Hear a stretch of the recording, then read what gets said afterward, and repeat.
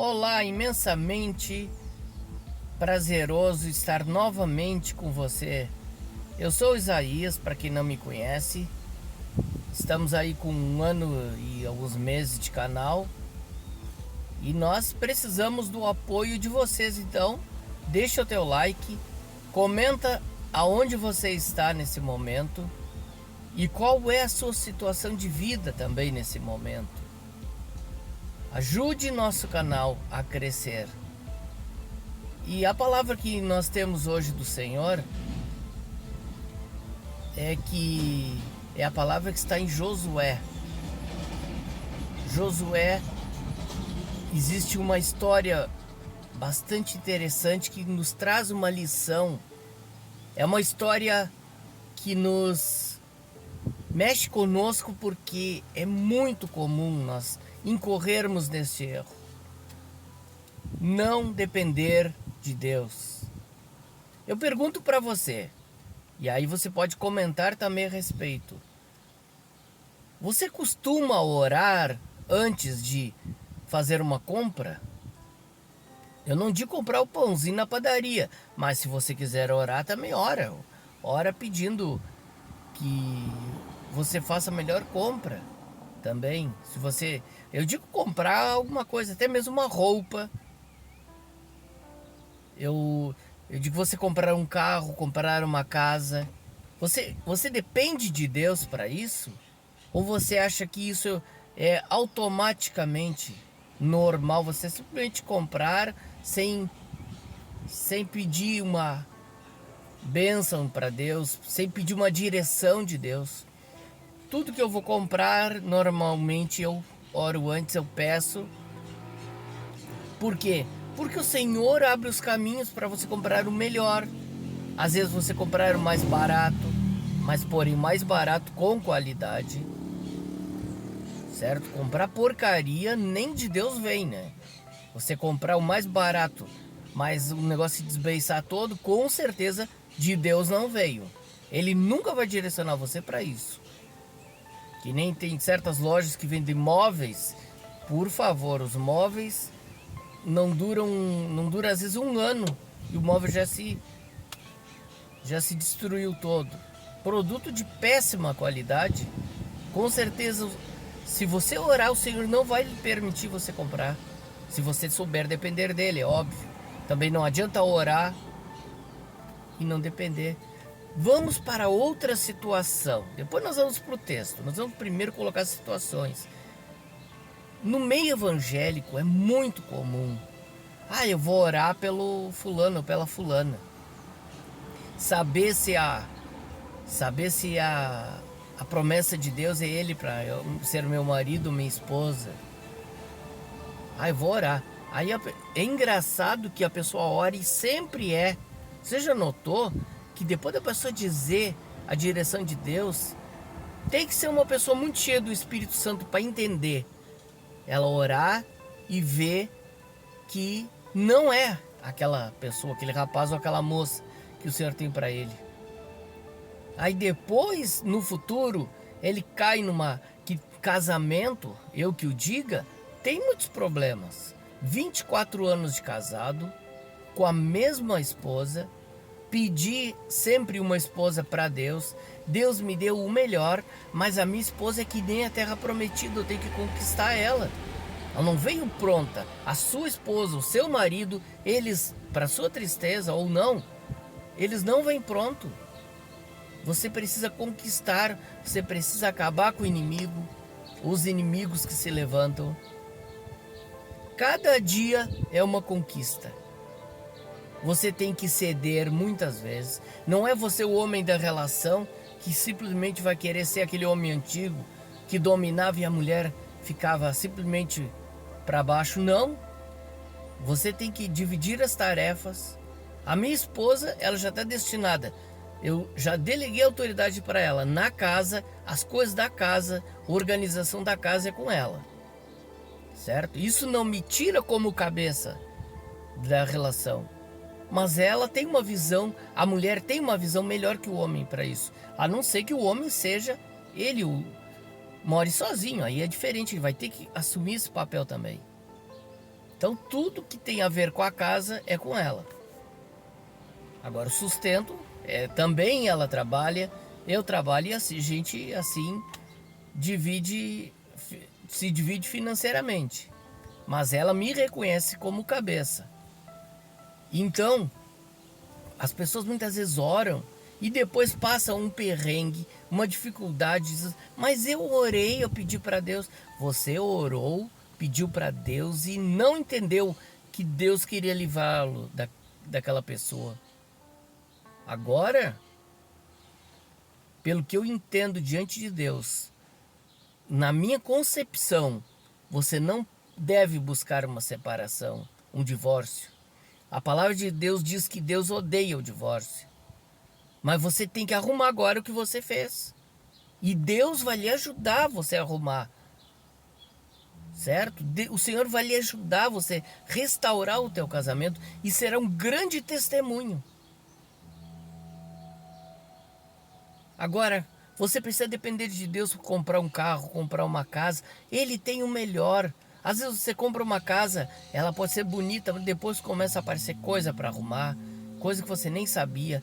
Às vezes você pode cair numa casa que tem complicação com herdeiros e tudo mais. Você compra um carro também, às vezes o carro pode estar enredado com alguma coisa. Ou o carro tem algum defeito. Na hora que você compra, é perfeito, principalmente de garagista. Você compra, o carro é impecável. Até você comprar, fazer os documentos e andar nele. Começa a aparecer coisa que você não sabia e o garagista não lhe avisa. E você já era para saber, garagista é assim mesmo.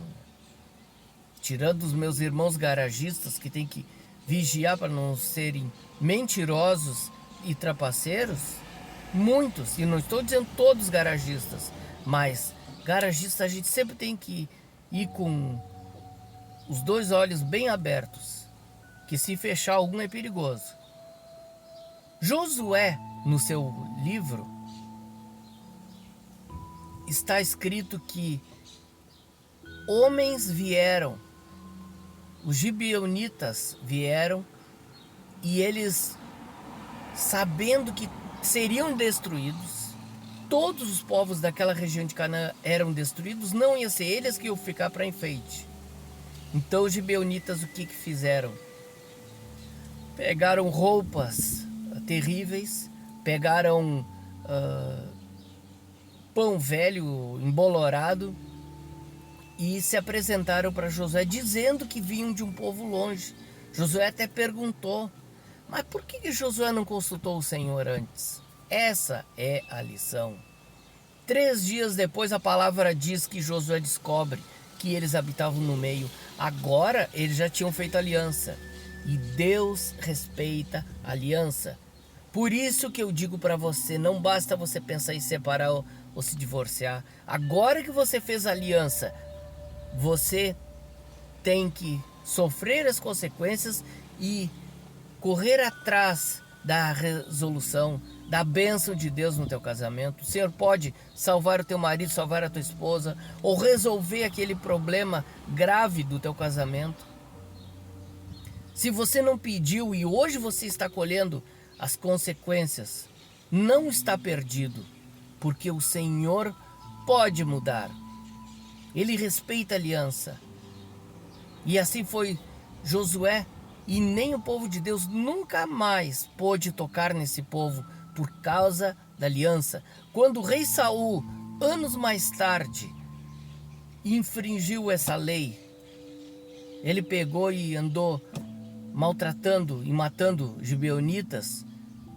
O povo de Deus foi castigado por causa disso, e o Senhor pediu para Davi que homens fossem mortos para pagar essa culpa.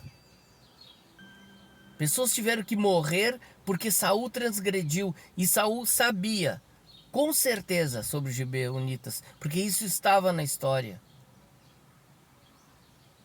Então, além de todas as maldades de Saul, ele cometeu mais essa.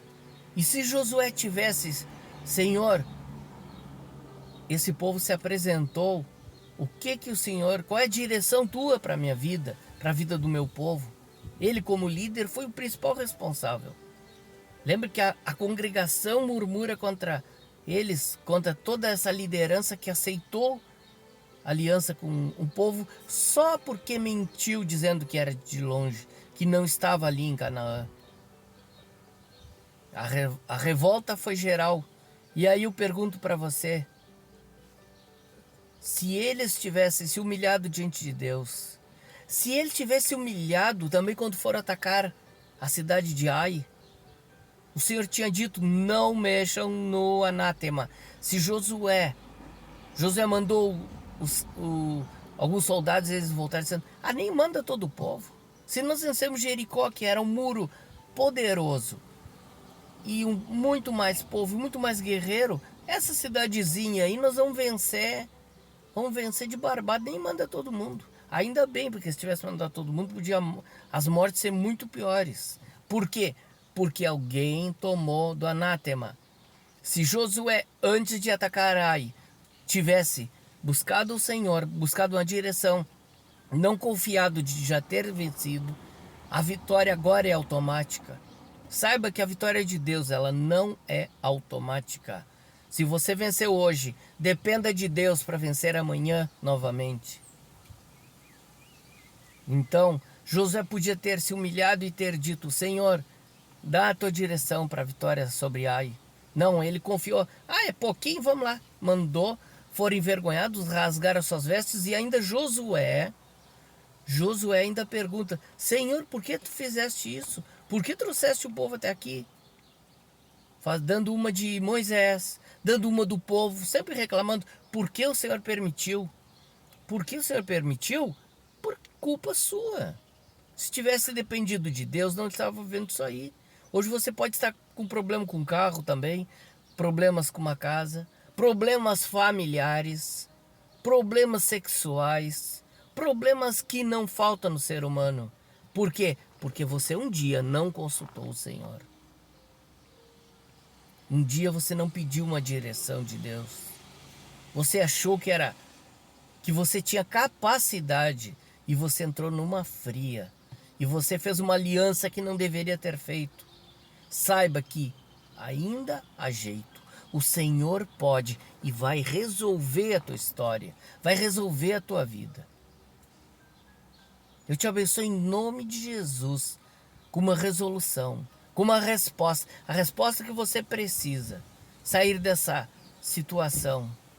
Deus tem o melhor para ti. Deus te abençoe nesse dia, em nome de Jesus.